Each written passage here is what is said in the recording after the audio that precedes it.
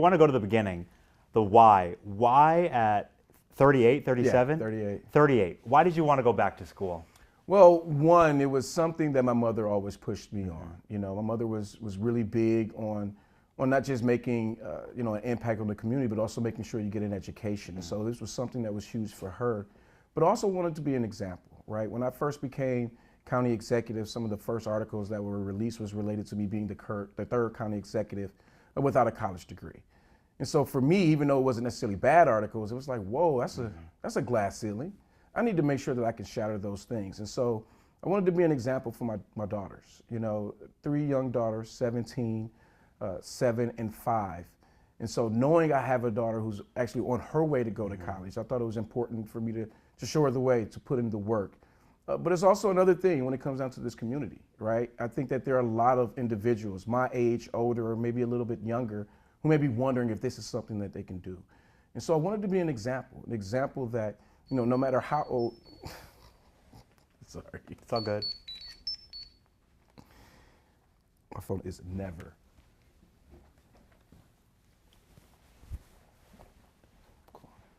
Let's go back to the example part, because I do like, you're not only an example for your family, you're also an example for the community. So how is this also setting an example for folks? Well, when you think about the state of Wisconsin in general, I think that less than 30% of our entire population has a college degree. And quite frankly, even if you take what we've seen within the recent election, we're seeing a divide based off of who has obtained higher education and those who may not have or just have a high school diploma. But at the end of the day, it's really about understanding that we have to come together. The divides that we have, we really need to shut them down. And so for me, being an example that, one, I'm the county executive and have been grateful and blessed with the opportunity to do certain things without a college degree. But that doesn't mean that I don't want to go further, that I don't want to better myself and better my community or increase my earning power, because I don't believe that I'm going to be a county executive for the rest of my life. And so it's really about showing this community that, you know, no matter what age you are, no matter what zip code you grew up in, you have the opportunity, if you have the access to go back and get an education and further yourself, you should absolutely do it, because there's no bigger bet that you should take than on yourself. What were you like as a student, maybe 18 years old, early 20s? What were you like as a student then? You know, as a student, it was really about just being in the atmosphere, right? Being around, you know, my peers and just hanging out at that time. And, you know, coming back into the union, you know, 18 years later, totally different. Had a different mindset back then where it was just about, well, I'm just checking the box. Didn't have a plan, didn't understand what major I really wanted to go into. So I was just taking as many classes as possible. And honestly, when I came back, I realized that many of the classes that I were taking, quite frankly, wouldn't have amounted towards my degree. So I'm glad that I went through that advisory in the very beginning, because that really helped me create a plan to actually graduate. Did the students in your classes ever do like a double take when they saw you? So I've only had a few in-person classes, but I will tell you, no one knew who I was in these classes. I always go back to, you know, one of my very first in-person classes, which is my public speaking class, which is a requirement here at UW-Milwaukee. And I remember giving my first speech, and one of the classmates asked the TA, "Is that how it's supposed to sound?" But you know, I actually had in my class, one of my classmates was actually the niece of our parks director, Guy Smith, and she told the class, "No, he's the county executive." Now, I will say that many people said, "Well, what is that?" Yeah. And so it created an opportunity, one, for people to learn from me, my experience being an older adult, non-traditional student in class, but also, I would say, create a better connection for people to understand that, you know, elected officials, people who work in government, they're normal people, and we need bright students like my classmates to be a part of the system as well. And I do want to talk about you being an older adult going back to school, because a lot of folks are probably like, I can't do it all, I can't juggle it. How did you juggle being a father, being the county executive, and coming to class too? That was probably one of the greatest challenges. And to be honest with you, I probably mastered the art of time management even more, right? You know, I have the benefit of having a schedule to where, you know, things are happening, and, you know, I have staff to help me out with that piece, but no, they didn't help me with homework or anything of that. But really, it was really about discipline. You know, waking up in the morning, you know, getting my girls ready for school, taking them to school, You know, if I had class during the day, I would go to class and then do my normal, you know, county executive duties. Or if I had class in the evening, I would do my normal county executive duties. But at the end of the day, I always made sure that one, carve out a little bit of time to where I could spend some time with my daughters, be able to tuck them into bed. And there were times where we sat at the table together doing all of our homework. But as soon as they went to bed, that was daddy's time to focus on what I needed to focus on. That was my schooling. And so doing countless hours of homework throughout the week. But I will tell you, what it really did was, you know, for me, it eliminated my weekends. You know, a lot of the times when you're taking these courses, you know, you have about a week before many of your assignments are due.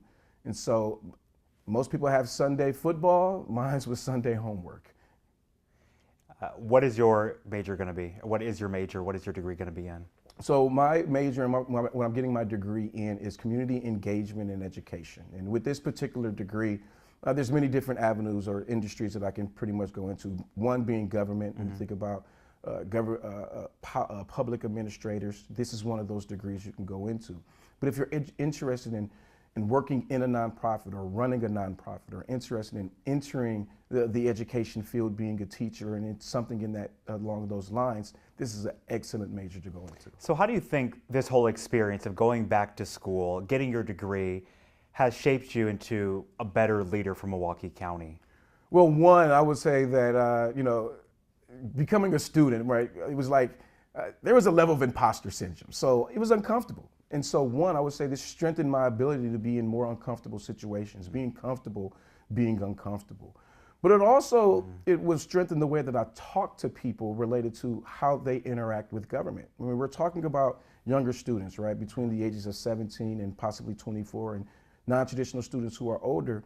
But, you know, people understand what city government does. They understand public safety. They understand potholes and lights. But they may not understand Milwaukee County and what we do related to the county buses. For example, you know, many folks thought it was ran by the city. Yeah. And so being able to explain that these are county-run entities, thinking about the courthouse and all the responsibilities I have, it helped to build a greater connection. And so I'm hoping to use this experience, one, to help people understand that education means a lot, right? And it's not just about getting a good job, but how it helps you internalize and communicate things with other individuals who may not live or look just like you. But the flip side of this is that, you know, going back to school, this is increasing the potential of our entire community. It's not just about me and my family. It's about what we're doing for the entire Milwaukee community, but quite frankly, for this flagship university that we also have in our own backyard. And so, you know, for me, you know, this is an honor. This is an honor to be able to say that I graduated from UW-Milwaukee, being able to say I did it, you know, 20 years later. And you know, I would tell folks that, yes, I absolutely failed then, you know, and there's nothing wrong with failing as long as you learn from it. And I had the opportunity to learn from my experience going back to school then, applied those same skills and experiences to now, and look, I'm graduating. You're not just going to be chilling on Sunday. You are going to be the commencement speaker. Yes. What is that message gonna be like? What is that message going to be about? You know, you know, that was probably one of the tough things. It's like, they want me to be the commencement speaker, and I was like, oh boy, what am I going to talk about? But one, just the experience of returning, and constantly asking myself, did I make the right decision? Because it is a challenge. It is tough going back to school. But also, when we think about this graduating class, let's remember that many of these students, they started college during the global pandemic. And so this crop of students, you know, the resiliency, the challenges that they've had to overcome from their traditional schooling that they had to it being upended because we were closing things down, not only here in the state of Wisconsin, but across the country and across the globe. You know, I want to speak to that resilience and letting our students and my classmates understand that that's one of our strengths, but also recognizing that we have a responsibility. You know, we're gaining this diploma, we're gaining this degree to be able to give back. One, encouraging the next generation of leaders why education is important, but also those who are not necessarily going to higher ed, understanding that they're no different than us, right? You can make a living. You can be able to take your family without necessarily going to a place like UW-Milwaukee, because you can decide to become an electrician, a plumber, or construction, or go into public safety as a firefighter or a police officer. And so I want this graduating class to understand that we have the power to bring people together and make sure that we have a call to action to do something moving forward. I remember taking a stats class and it just kicking my behind. Was there a class that you had that you really had to hunker down and focus on? And how did you power through that maybe difficult course or class? You know, I had a few of my 600 courses that were really tough, and a lot of research, particularly as it related to many of the social problems, particularly here in Milwaukee. And one of the things that I realized that a lot of the things that I'm interested in, right, and you know, I'm interested in public housing and pretty much anything that focuses on the social determinants of health. But when we think about Milwaukee-specific things or even community violence interventions, there's just not enough research, not enough content out there. Oh. And so I think that right now, you know, one of my goals is, you know, we want to figure out how we can make Milwaukee County's data much more accessible and transparent so the public has access to it. But how do we do that with other things as well, other industries, other issues that are affecting our entire community? But if I had to particularly pick a course that I'm taking right now, I would say geography. Yeah. Geography. I mean, I'm learning about crusts, I'm learning about weather, I'm learning about soil, I'm learning about atmospheric rivers, and it's like these are not necessarily things I thought that I would learn, but something that I may not apply particularly here as the county executive. But when I was in California the other day, and you know they were talking about atmospheric rivers and talking about the geology there, it's just like, oh, I know this stuff. And then you go to like Waukesha and you're in the Kettle Moraine, and then you learn about the soil and the geography there. Oh, absolutely. Yeah, absolutely. I've heard so many lessons from you in this conversation. But when people are watching this story, is there hope? What is your hope that they take away from your story and your journey? My hope is that people understand that continuous learning is a life's journey. And no matter what age you are, you can be both the student and the teacher. And there are many times where we're faced with challenges and we aren't necessarily able to tackle the goals or tackle the challenges that's going to help us do the thing that we want to do. And I want folks to understand that you have the power, you have the ability, you have the access to do anything that you want to do in life. You know, I'm the first African American to be elected county executive, the youngest, and I did it without a college degree. And I don't necessarily hang my hat on that. I hang my hat on the fact that I was able to save our community in the global pandemic, that we've been able to pick up every can that we've kicked down the road as it relates to county government, and that I'm able to go back to school to be a shining example for this entire community. And I want people to know that they are a beacon of light, not just for themselves, but for others. And it's up to them to really grasp that moment and take advantage of it. I want to have a full circle moment because you mentioned your mother at the beginning of our conversation. And on Sunday you'll be graduating.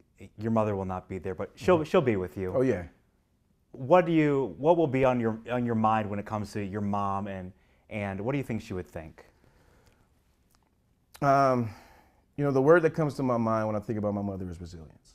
You know, my mother struggled a lot, you know, and it was something that she talked about, whether he was talking about the mental health issues that she was facing, the drug addiction, the evictions, bouncing around from job to job.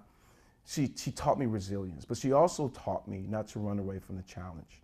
And so I know that when I'm on that stage and I'm giving my commencement speech, you know, I was joking with somebody, if my mother was here right now, I probably wouldn't be able to finish because she would be yelling at the top of her lungs from the mountaintop about how proud she is of me.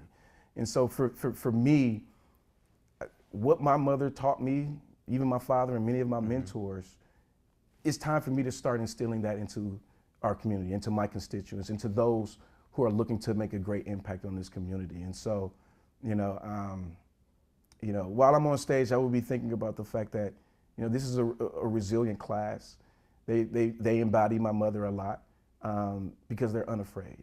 And I want them to understand that that is probably their greatest strength.